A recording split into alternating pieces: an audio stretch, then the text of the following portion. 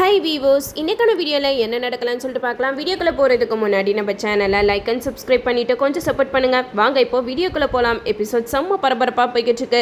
நம்ம அயலி அகிலாண்டேஸ்வரி கிட்ட அர்ச்சனாவை பற்றி விசாரிக்கிறாங்க. அதுக்கு அகிலாண்டேஸ்வரி சொல்கிறாங்க, இங்கே பாருமா, கண்டிப்பாக உங்கள் அம்மா மேலே எந்த தப்பும் இல்லை அப்படிங்கிறத நிரூபிக்கிறதுக்கு நானும் உனக்கு சப்போர்ட்டிவாக இருக்கேன் அப்படிங்கிற மாதிரி அயலிக்கு தைரியம் கொடுக்குறாங்க. அது மட்டும் இல்லாமல் அயலி ராஜேந்திரனை பற்றி அகிலாண்டேஸ்வரி கிட்ட கேட்குறாங்க. அதுக்கு அகிலாண்டேஸ்வரி இப்போதைக்கு அவனை பற்றி எந்த ஒரு உண்மையும் சொல்ல வேணாம் அப்படின்னு சொல்லிட்டு மூடி மறைச்சிடுறாங்க. இதுக்கு பின்னாடி கண்டிப்பாக ஏதோ ஒரு பெரிய சதி இருக்கா, அதை கண்டுபிடிச்சிட்டா போதும், எங்கள் அம்மா குற்றவாளி இல்லை அப்படிங்கிறத நான் நிரூபிச்சிருவேன் அப்படிங்கிற மாதிரி அயலி அகிலாண்டேஸ்வரி கிட்ட சொல்கிறாங்க. அதுக்கு அகிலாண்டேஸ்வரி சொல்கிறாங்க, அயலி கண்டிப்பாக நீ நினச்சதை சாதிப்ப, ஏன்னா நீ அந்த அளவுக்கு தைரியமானவளாக இருக்க. உங்கள் அம்மா கிட்ட எந்த ஒரு வீரம் தைரியம் எல்லாமே இருந்துச்சோ அதே மாதிரி உன்கிட்டயும் இருக்க. அதனால உன்னைய யாராலையும் அசைக்க முடியாது. அதனால நீ என்ன பண்ணணுமோ தைரியமாக பண்ணு, அதுக்கு கூட சப்போர்ட்டிவாக நானும் இருக்கேன் அப்படிங்கிற மாதிரி அகிலாண்டேஸ்வரி சொல்லிடுறாங்க. இந்த சைடு நம்ம சிவா கிட்ட அயலி சொல்கிறாங்க, சிவா நம்ம எப்படியாவது சூரியநாராயணன் மாமாவை போய் பார்க்கணும், அவர் இப்போ எப்படி இருக்காருன்னு கூட தெரியல அப்படிங்கிற மாதிரி சொல்லும்போது சிவா அயலியை கூட்டிட்டு ஹாஸ்பிட்டலுக்கு போகிறாங்க. அங்கே போனால் டாக்டர் கிட்ட சூரியநாராயணன் பற்றி கேட்குறாங்க. அதுக்கு டாக்டர் சொல்கிறாங்க, நாங்கள் கொடுத்த மருந்து எல்லாமே இப்போ தான் அவர் உடம்புல கொஞ்சம் கொஞ்சமாக வேலை பார்க்க ஆரம்பிச்சிருக்கு. அதனால அவருக்கு இனிமேட்டு எந்த ஒரு ஆபத்துமே இல்லை. இன்னும் 2-3 நாளில் அவர் கண் முழிச்சிருவார். நீங்கள் தாராளமாக வீட்டுக்கே கூட்டிகிட்டு போகலாம் அப்படிங்கிற மாதிரி சொல்ல, இதை கேட்ட அயலி சிவா 2 பேருமே ரொம்ப சந்தோஷத்தில் இருக்கிறாங்க. அப்போது டாக்டர் கிட்ட கேட்குறாங்க, நாங்கள் போயிட்டு இப்போ அவரை பார்க்கலாமா அப்படிங்கிற மாதிரி கேட்கும்போது அதுக்கு டாக்டர் சொல்கிறாங்க, இப்போதாம்மா அவருக்கு நான் ஒரு இன்ஜெக்ஷன் போட்டிருக்கேன், அதனால ஒரு 10 நிமிஷம் கழிச்சு நீங்கள் போய் பாருங்கள் அப்படிங்கிற மாதிரி சொல்லிடுறாங்க. இதை எல்லாத்தையுமே கபிலன் ஒட்டு கேட்டுட்டு இருக்காங்க. என்ன இவனை சுட்டு தள்ளிட்டா அவன் போய் சேர்ந்துருவான் அப்படின்னு சொல்லிட்டு நம்ம ரொம்பவே சந்தோஷத்தில் இருந்தோம். இப்போ என்னன்னா உயிர் பொழைச்சிட்டானா, அவன் உயிர் பொழைக்கக்கூடாது, அவன் உயிர் பொழைச்சி வந்தால் சிவாவை பற்றின உண்மை எல்லாத்தையுமே எல்லாருக்கிட்டையும் சொல்லி சிவா தான் இந்த வீட்டோட மூத்த வாரிசு அப்படிங்கிறத நிரூபிச்சிருவான். இது நடக்கவே கூடாது அப்படின்னு சொல்லிட்டு கபிலன் ஒரு திட்டத்தை போடுறாங்க. அங்கே ஒரு வார்ட் பாயை கூப்பிட்டு பேசுகிறாங்க. கபிலன், நான் சொன்ன மாதிரி நீ செஞ்சனா உனக்கு நான் 1 லட்சம் தரேன் அப்படிங்கிற மாதிரி சொல்லும்போது அவர் 1 லட்சம்னோட வாயை பொழந்துடுறாரு. என்ன சார் சொல்கிறீங்க, அப்படி நான் என்ன தான் செய்யணும், சீக்கிரம் சொல்லுங்கள், எனக்கு இப்போ பணம் தேவைப்படுது, நீங்கள் கண்டிப்பாக 1 லட்சம் தருவீங்களா அப்படிங்கிற மாதிரி கேட்க, அதுக்கு கபிலன் சொல்கிறாங்க, நான் சொன்ன வேலையை நீ கச்சிதமாக முடிச்சிட்டேன்னா உனக்கு நான் 1 லட்சம் தருவேன் அப்படிங்கிற மாதிரி சொல்லும்போது அவரும் அப்படி என்ன வேலை அப்படிங்கிற மாதிரி கேட்க, அதுக்கு கபிலன் சொல்கிறாங்க, அதுவும் அந்த ரூமில் ஒரு வயசானவர் குண்டடிப்பட்டு கிடக்கிறாருல்ல, அவரை நீ கொல்லணும் அப்படிங்கிற மாதிரி சொல்ல, இதை கேட்டதுமே அந்த வார்ட் பாய் கொலையா அப்படின்னு சொல்லிட்டு அதிர்ச்சி அடைஞ்சாலும் ஒரு பக்கம் 1 லட்சம் கிடைக்குதே அப்படின்னு சொல்லிட்டு அதுக்கும் ஓகே சொல்லிடுறாரு. அப்போ தான் கபிலன் அவர்கிட்ட சொல்கிறாங்க, யாருக்கும் தெரியாமல் நீ வேலையை முடிச்சுட்டு வந்துரு அப்படிங்கிற மாதிரி சொல்ல, அப்போ அந்த வார்ட் பாயும் மாஸ்கெல்லாம் போட்டுட்டு அயலி சிவா 2 பேருமே வெளியில் இருக்கும்போது அவரை கொல்லலாம் அப்படின்னு சொல்லிட்டு போகிறாங்க. அந்த நேரம் பார்த்து நம்ம அயலி சிவா 2 பேருமே அலர்ட் ஆயிடுறாங்க. உள்ளக்க போயிட்டு அந்த வார்ட் பாயை அடிச்சு போட்டுட்டு எப்படியோ சூரியநாராயணனை காப்பாற்றிடுறாங்கன்னு சொல்லலாம்.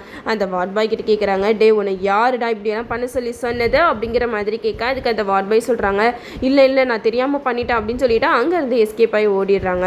இந்த சைடு சூரியநாராயணன் கண் முழிச்சிடுறாரு. அப்போது சிவா கிட்ட சொல்கிறாங்க, இங்கே பாரு சிவா, கபிலன் இப்படியெல்லாம் பண்ணுவான்னு சொல்லிட்டு நான் கொஞ்சம் கூட எதிர்பார்க்கவே இல்லை.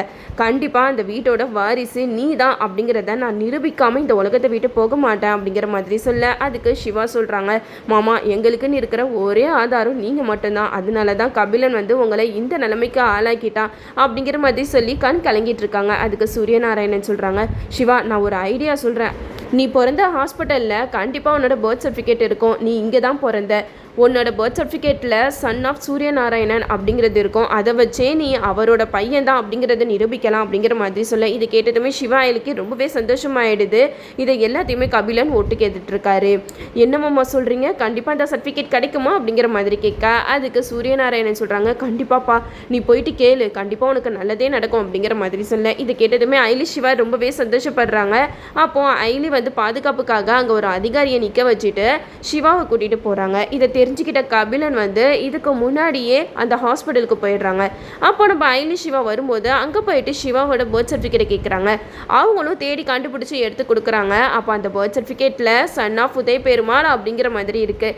இதை பார்த்ததுமே நம்ம சிவா ரொம்ப சந்தோஷப்படுறாங்க. ஆனால் அந்த இடத்துல நம்ம கபிலன் அந்த சர்டிஃபிகேட்டை எடுத்துடுறாரு.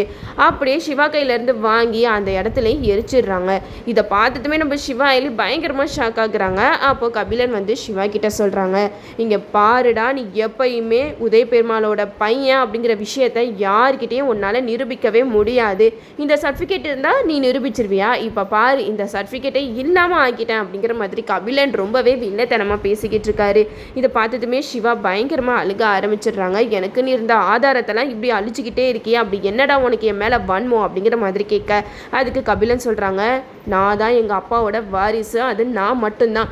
எங்கேருந்தோ வந்து நீ உரிமை கொண்டாடிட்டு இருப்ப, அதை பார்த்துட்டு நான் சும்மா இருக்கணுமா?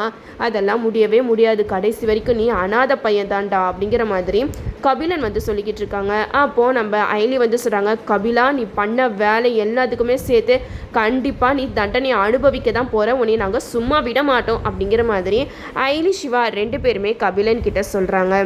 இந்த சைடு நம்ம அயலி சிவா என்ன பண்ணுறதுன்னு தெரியாமல் முழிச்சிக்கிட்டு இருக்கும்போது நம்ம சிவா வந்து மறுபடியும் ஹாஸ்பிட்டலுக்கு தான் போகிறாங்க. அங்கே போயிட்டு சூரியநாராயணன் கிட்ட நடந்த விஷயம் எல்லாத்தையுமே சொல்கிறாங்க.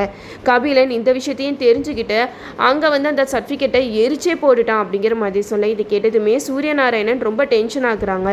கண்டிப்பாக அவனை சும்மா விடக்கூடாது, என்னையை ஷூட் பண்ணதுக்கு அவனுக்கு தக்க தண்டனை வாங்கி கொடுத்தே ஆகணும் அப்படிங்கிற மாதிரி சொல்ல, இதை கேட்ட அயலி சொல்கிறாங்க, கண்டிப்பாக மாமா, நாங்கள் அவனை சும்மா விட மாட்டோம். உங்களை கொல்ற அளவுக்கு துணிஞ்சிருக்கானா, அப்போ அவன் எவ்வளோ பெரிய ஆளாக இருந்திருப்பான். கண்டிப்பாக நாங்கள் சும்மா விட மாட்டோம். இப்போதைக்கு நாங்கள் உண்மையை நிரூபிக்கணும், அதுக்காக தான் நாங்கள் போராடிட்டு இருக்கோம். இந்த நேரம் பார்த்து கபிலனை அரெஸ்ட் பண்ணுறோம் அப்படி இப்படின்னு அந்த வேலையில் இறங்கிட்டோன்னா கண்டிப்பாக நாங்கள் இந்த உண்மையை மறைக்கிறதுக்காக தான் இப்படியெல்லாம் பண்ணுறோம் அப்படிங்கிற மாதிரி எங்கள் மேலே அந்த பழியை திருப்பி போட்டுருவாங்க. அதனால இந்த உண்மை எல்லாத்தையுமே நாங்கள் நிரூபிச்சுட்டு கண்டிப்பாக கபிலனுக்கு சரியான தண்டனையை வாங்கி கொடுக்க தான் போகிறோம் அப்படிங்கிற மாதிரி சிவா அயலி 2 பேருமே சூரியநாராயணன் கிட்ட சொல்லிக்கிட்டு இருக்காங்க. அப்போ சூரியநாராயணன் சொல்கிறாங்க, நான் அப்போவே வந்து உண்மையை சொல்லியிருக்கணுப்பா, இவ்வளோ நாள் விட்டது தப்பாக போச்சு. அந்த கபிலன் எல்லா உண்மையும் தெரிஞ்சுக்கிட்டு இந்த மாதிரியெல்லாம் பண்ணிக்கிட்டு இருக்கான். நீ விட்டுறாத சிவா, உன்னோட அப்பா உதய பெருமாள் தான், அது எப்பயுமே மாற போகிறது கிடையாது. உங்கள் அம்மா ஆசைப்பட்ட மாதிரியே நீ உங்கள் அப்பாவோட சேர்ந்து கடைசி வரைக்கும் சந்தோஷமாக வாழணும் அப்படிங்கிற மாதிரி சூரியநாராயணன் வந்து சிவா கிட்ட சொல்லிக்கிட்டு இருக்காங்க. அதுக்கு சிவா சொல்கிறாங்க, கண்டிப்பாக மாமா, நான் எப்பயுமே அப்பாவை விட்டு பிரிய மாட்டேன். எனக்குன்னு ஒரு உறவுன்னு இருக்கிறது அவர் மட்டும்தான். அவர் வாயாலேயே சிவா தான் தன்னோட பையன் அப்படிங்கிறத சொல்லிட்டாலே போதும், நான் அங்கேருந்து வெளியில் வந்துடுவேன். எனக்குன்னு அப்பான்ற ஒரு உறவு இருக்காரு அப்படின்னு சொல்லிட்டு இந்த உலகத்துக்கு தெரியப்படுத்தணும்னு தான் நான் நினைக்கிறேனே தவிர மற்றபடி அவரோட சொத்துக்கோ காசு பணத்துக்கோ ஆசைப்பட்டு நான் அவரோட பையன் அவர் வீட்டில் இல்லவே இல்லை அப்படிங்கிற மாதிரி நம்ம சிவா வந்து சூரியநாராயணன் கிட்ட சொல்லிக்கிட்டு இருக்காங்க. அப்போது சூரியநாராயணன் சிவாவோட பெருந்தன்மையான மனசை நினச்சி ரொம்ப சந்தோஷப்படுறாங்க. கவலைப்படாத சிவா, இன்னும் 2 நாளில் டாக்டரே என்னையை டிஸ்சார்ஜ் பண்ணிடுவேன்னு சொல்லியிருக்காருல்ல, கண்டிப்பாக நானே நேரடியாக வந்து எல்லா உண்மையும் சொல்ல தான் போகிறேன் அப்படிங்கிற மாதிரி சூரியநாராயணன் சிவா அயலி 2 பேருக்கிட்டையும் தைரியம் சொல்லிக்கிட்டு இருக்காங்க. இந்த சைடு கபிலனால் சூரியநாராயணனை எதுவுமே செய்ய முடியல. ஏன்னா நம்ம அயலி சிவா புரிஞ்சுக்கிட்டாங்க, கண்டிப்பாக மாமாவோட உயிருக்கு ஆபத்து இருக்கு, அதனால இவரை விட்டு எங்கேயுமே நகரக்கூடாது அப்படின்னு சொல்லிட்டு ரொம்பவே பாதுகாப்பு போட்டு வச்சுருக்காங்க. அதை மீறி கபிலனால் எதுவுமே செய்ய முடியல. கபிலனுக்கு ஒரு பக்கம் பயமும் வருது, எங்கே சிவாதான் மூத்த வாரிசு அப்படிங்கிறத நிரூபிச்சிட்டாங்கன்னா அப்புறம் நம்மளுக்கு எதுவுமே இல்லாமல் போயிடுமே அப்படிங்கிற மாதிரி கபிலன் ஒரு பக்கம் பயத்தில் கதி கலங்கி போய் நிற்கிறாங்கன்னே சொல்லலாம். நம்ம சிவாதான் மூத்த வாரிசு அப்படிங்கிறத நிரூபிச்சிட்டா எபிசோட் வேற லெவலில் போகும். செல்வராணி, ரித்திகா, கபிலன் 3 பேருக்குமே தலையில் இடி விழுந்த மாதிரி இருக்கும். கண்டிப்பாக நம்ம சூரியநாராயணன் பொழைச்சி வந்து எல்லா உண்மையும் சொல்ல தான் போகிறாரு. அதையும் நம்ம வெயிட் பண்ணி பார்ப்போம். ஓகே வீவர்ஸ், இந்த வீடியோ உங்களுக்கு பிடிச்சிருந்தா லைக் பண்ணுங்கள், மறக்காமல் நம்ம சேனலை சப்ஸ்கிரைப் பண்ணிடுங்க.